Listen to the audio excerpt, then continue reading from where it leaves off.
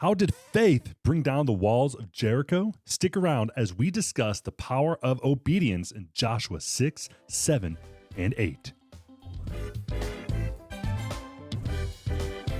Well, welcome back to Daily Kingdom Growth. I'm Mitchell Beecher, and today we're diving into one of the most action-packed, faith-filled, and challenging stories in the Old Testament, Joshua's chapters 6 through 8. Now, these chapters are more than just ancient history.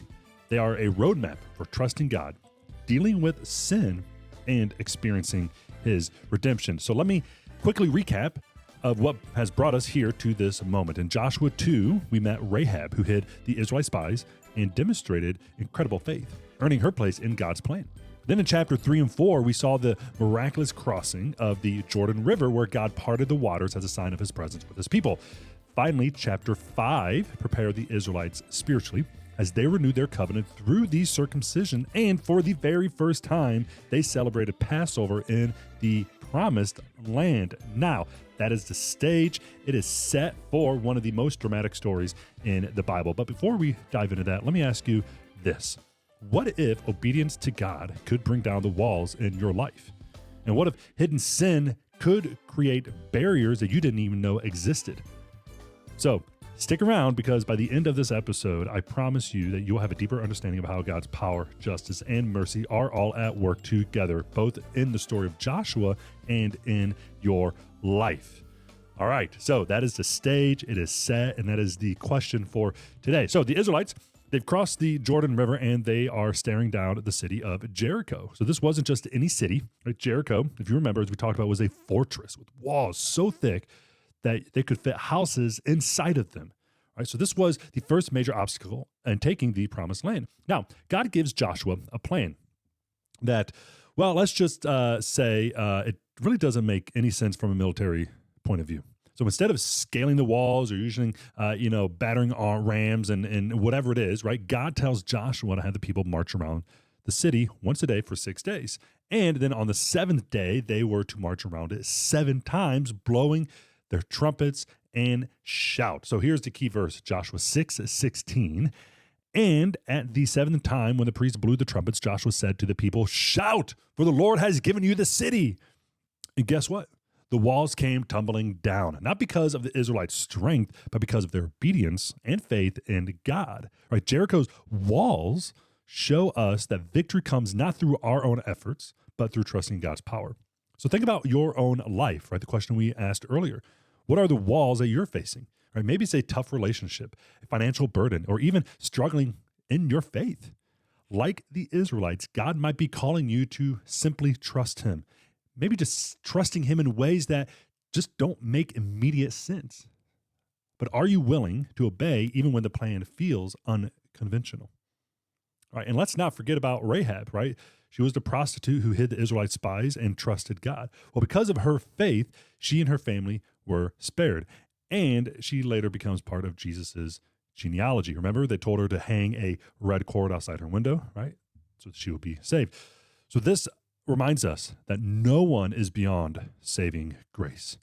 Now, if Jericho shows us the power of obedience, then Joshua 7 shows us the consequences of disobedience. So after the victory in Jericho, God gave one very specific command. He said everything in the city must be destroyed or dedicated to Him. But one man, Achan, disobeyed. He took some of the spoils and hid them in his tent. The result? Well, when Israel went to battle against a much smaller city, Ai, they were soundly defeated. I mean, Ai was very tiny. I think just a few thousand people.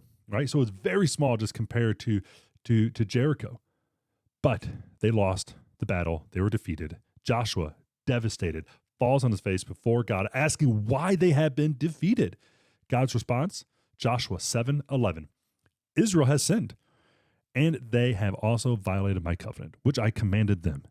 And they have even taken some of the things designated for destruction and have both stolen and kept it a secret. Furthermore, they have also put them among their own things. You see, God told them to bring the silver, the gold, and everything to the storehouse, but they didn't.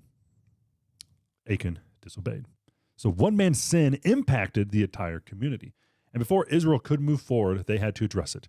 Achan confesses, and justice is carried out. This is a tough story, but it is a reminder that sin has consequences. It's not just about me and God. Our actions affect others. So here's a question. Are there any hidden sins in your life that you need to bring into the light? Remember, God's goal isn't to condemn you. It's to restore you, right? Romans 8:1 says, therefore, there is now no condemnation for those who are in Christ Jesus.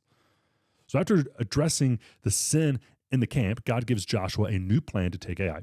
This time, they set an ambush, drawing the enemy out and then overwhelming them. So the victory is very decisive, and it's clear that when God's people walk in obedience, nothing can stand in their way. But this is what I love about this. In chapter 8, right, it doesn't end with a battle. Joshua leads the people to Mount Ebal, where they renew their covenant with God. They build an altar. They offer sacrifices. And then they go back and they read the entire law again, just to remind themselves of the commitment to the Lord. Joshua 8:34. Then afterward, he read all the words of the law, the blessing and the curse, according to everything that is written in the book of the law. Right, the covenant renewal is a great moment. Right? It shows us that victory isn't just about winning the battles. It's about being in a right relationship with God. So let me ask you, how often do you take the time to renew your covenant with the Lord? Right, maybe today, right now, is a time to recommit your heart to him today. All right, so let's take a moment and let's reflect. Where do you see yourself in this story?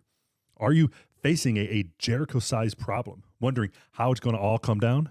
Or maybe you're like Achan. Maybe you're hiding something that's holding you back. Or maybe God is calling you to a deeper commitment, and maybe it's time for you to renew your covenant like the Israelites did at Mount Ebal.